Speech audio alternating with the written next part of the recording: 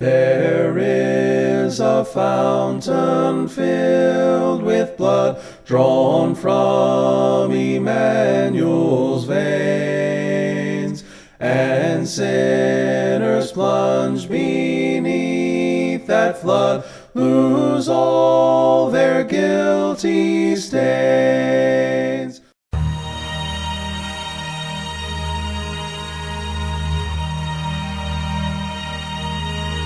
Welcome to Preach the Word with Brother Dean Carmichael of Greensboro. And now let's welcome our dear friend, Brother Dean.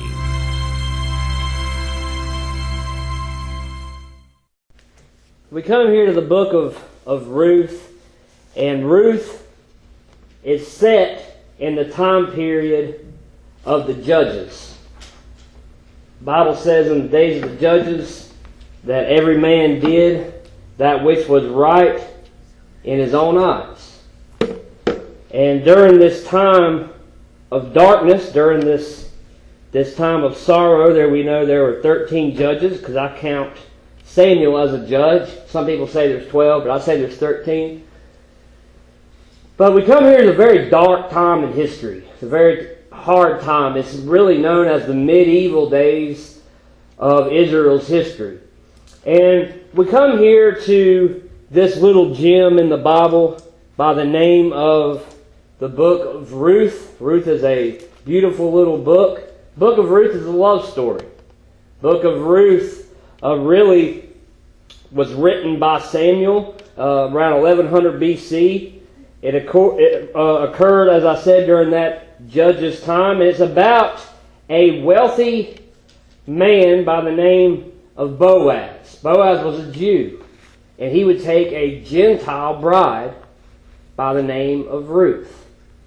And Boaz was also known as the kinsman redeemer. We'll get into that in just a little bit. But it's a love story. One thing that's important in the book of Ruth is genealogy.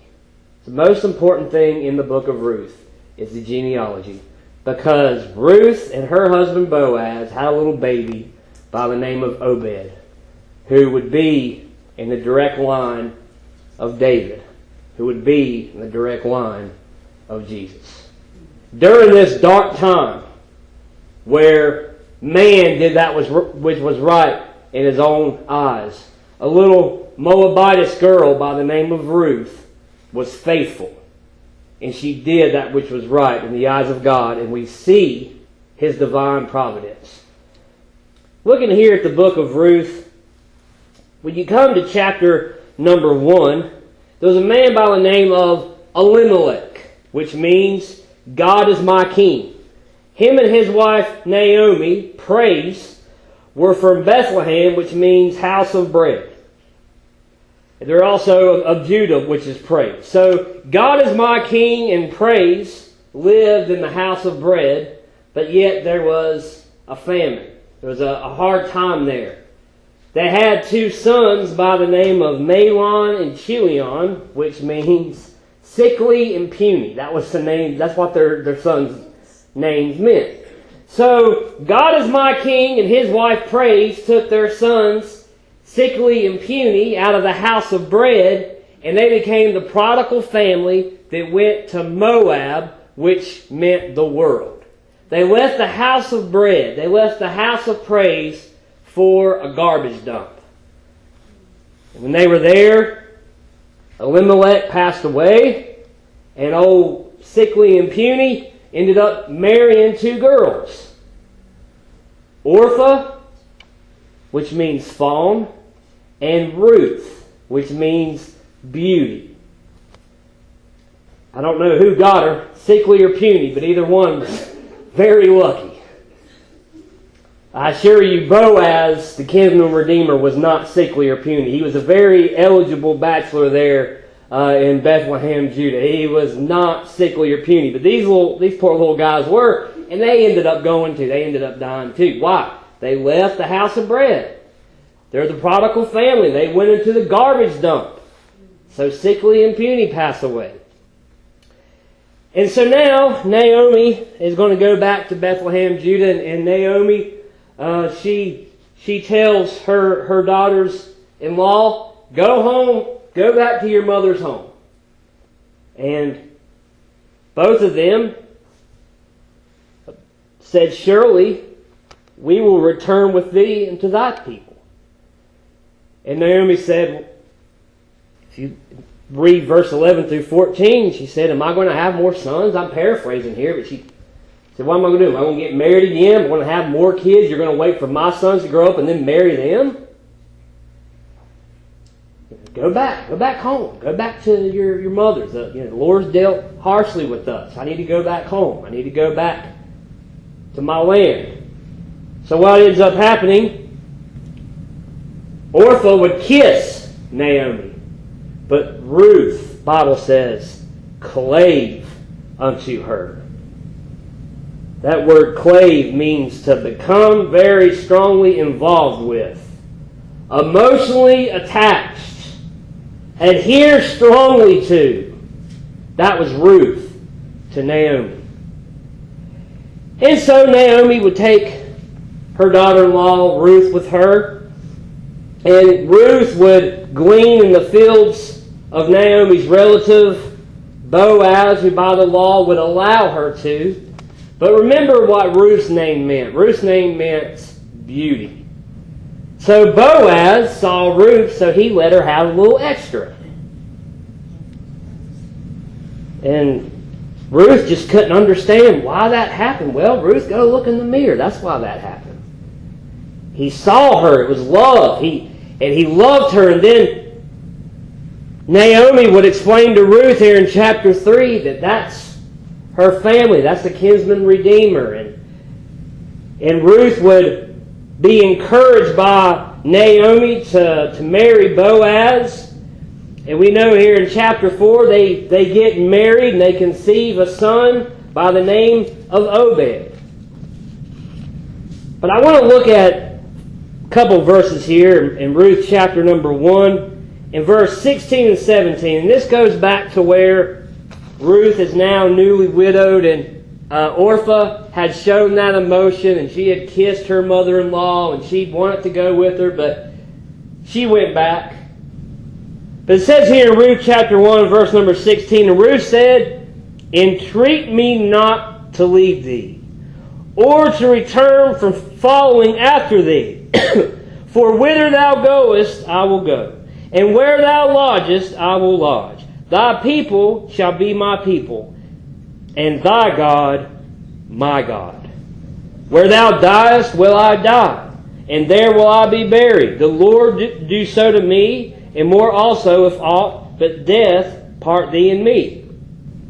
When she saw that she was steadfastly minded to go with her, then she left speaking unto her. So they two went until they came to Bethlehem, and it came to pass when they were come to Bethlehem that all the city was moved about them, and they said, is this Naomi? Now I want to look here tonight. A couple things about Ruth. 3 things about Ruth. Number 1, there was a decision. Ruth had to make a decision. There came a time in her life where she could have went back to her mother's house. She could have went back to Moab. She could have went to the world. She could have went back to the garbage dump, so to speak. But instead, Ruth decided that she was going to cleave unto Naomi and go to the house of bread. She made a decision. Also, there's devotion. In Ruth chapter number 1, verse 14. And they lifted up their voice and wept again, and Orpah kissed her mother-in-law, but Ruth clave unto her. There's a difference between emotion and devotion. Did you ever know that? Boy, there's a lot of emotional people at church, isn't there? There's not many devoted people at church. There's a lot of emotional people. There's a lot of emotional relationships. But there's not many marriages where they're devoted to one another. Then we see there was divine intervention. She says, "Thy people shall be my people, and thy God my God." No doubt God had his hand on Ruth, that she would meet Boaz, the kinsman redeemer. No doubt there was a tragedy there in that family. He was a relative. That means he could take her and become his wife. And that she would literally be in the very lineage of Jesus Christ. That is nothing more than an example of how the Gentile church is the bride of Jesus Christ, our kinsman redeemer. There was a decision, there was devotion, there was divine intervention. And that kinsman redeemer, that's that male relative who had the privilege to act for a relative who was in trouble, who was in danger, who was in need. And he came in and he married Ruth, and they had that baby, and that baby had a baby, and that baby had a baby. Next thing you know, here comes King David. That's divine intervention. That's God's hand. And I know Tyler and Dakota and Taylor and our graduates, I know you've heard your share of commencement speeches and graduation messages, and I know we heard one last weekend. Brother Chris gave one this past Sunday night. But tonight I want to kind of give you one, if I can. And it's a simple title, Ruth Clave unto Naomi. Ruth Clave unto her mother-in-law. Tonight, you're starting this time of your life, you're starting a new chapter, you're starting a new time, you're entering into something different. For the last 17, 18 years, you've hopefully listened to your parents, and you've been told where to live, and for the last 13 years at school, you've been told when to get up and go and what to learn. You've been guided your whole life, right? But now you're stepping out into adulthood. You have an opportunity to make a decision. There'll be a time in your life you'll be considered an adult. You may move out beyond your own. You have some decisions to make. Ruth, she had a big decision to make. And even though Naomi told her, said, go back, she said, I ain't going back. She clave unto her. Number one, we need to cleave unto the Lord tonight. It's the title of my message, Cleave unto the Lord. Number one, during the unknown. The Bible says, for what is your life? We don't know what tomorrow holds. The Bible says, it appears for a little time and then vanisheth away. You've been used to the same routine for the last 13 years. Get up, go to school, come home, do this, do that, do what you're told to do. Now all of a sudden, you're coming to that part of your life where you can make your own decisions. As you get older, you'll be given more liberty. Before you know it, like I said, you get older and older, then next thing you know, you're moving out on your own. Next thing you know, Lord may even bless you with a family. Have a wife or a husband. Pray that all of our good, godly young men in the church, we pray that God would bless them with a good, godly wife. Pray for all of our young ladies in the church that God would prepare them for a good, godly husband. But you have some decisions to make. The thing about sin, the Bible says, all have sinned and come short of the glory of God, and he talks about it there. And I remember when I was younger, when I was a little smaller, you had to sometimes. It felt like if you had an older sister, it was hard to get away with anything. You can get around your parents, but boy, if you had an older sister like mine, you couldn't get away with anything. I mean, she was like a second mama almost. And I'm just kidding, but you know what I mean there when you get older. But there comes a certain time in your life where you realize, you know what, I have the ability to make my own decisions.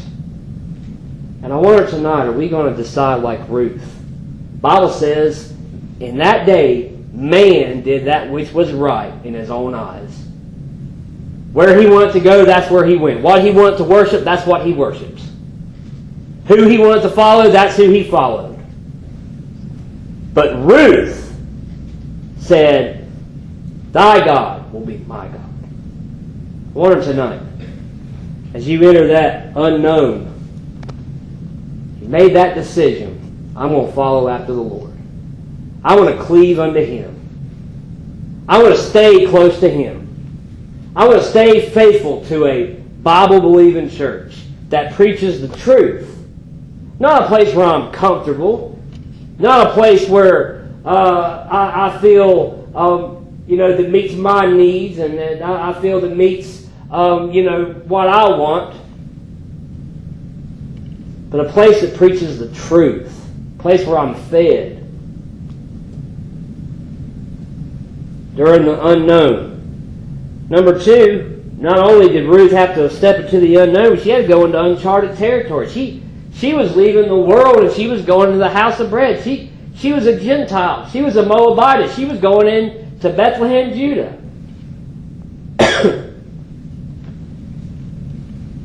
What I'd like you to do is go back to Bethany there, and where I preached this past Sunday morning. Where we need to go, friends, we need to go to the feet of Jesus like Mary. We need to listen to His Word. I mean, I've said this for years, and I've tried to help out many people and give them good advice, try to give them some godly advice at this time in their life when they're graduating high school and excited about college or a career path or whatever it may be, whatever the next step is. I try to give them the advice. From the time of 18 to 25 is so important because it just like that. And then the next thing you know, seems like that time is just gone. And a lot of times you hear people say, well, I'm just going to graduate school and I'm going to take a break for a while. I'm just going to take a break from everything. You know what you need to do? You need to get out at the feet of Jesus. You need to listen to His Word. You need to ask Him, Lord, where would you have me to go? Where do you want me to go? I promise you, if you're a child of God tonight, the Lord will tell you which way to go. Uncharted territory. It's something different for you. You're not used to that. We see we need to cleave unto the Lord during the unknown. During a day where man does that which is right in his own eyes, you need to cleave unto the Lord, stay unto Him. Number two, you need to, during the uncharted, it's different. It's a new land. It's something new. It's a new era. It's a new chapter. You're writing a new chapter in your life. And then last of all, we see in the uncertain. The Bible says in Romans 8:28, all things work together for good to them that love God, to them who are called according to His purpose. Ruth made a decision that she was going to serve the true God. That she was going to stay with Naomi. That she was going to go to the house of bread. That she was going to get out of the world. And what did God do? He took care of her. He used her in a mighty way.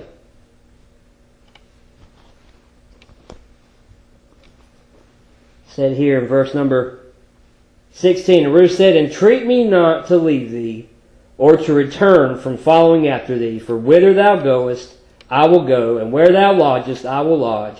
Thy people shall be my people, and thy God, my God. If you would, bow your heads, close your eyes. I pray tonight that this message will be an encouragement to you. You know, Ruth, she didn't have to follow Naomi. She had. Jesus paid it all to Him Sin had left a crimson stain, He washed it white as snow. Thank you for listening to Preach the Word with Brother Dean Carmichael from Greensboro. You can email Brother Dean, preachtheword87@outlook.com. preachtheword87@outlook.com. You also can follow our dear friend Brother Dean Carmichael on Facebook, facebook.com/Dean Carmichael Jr.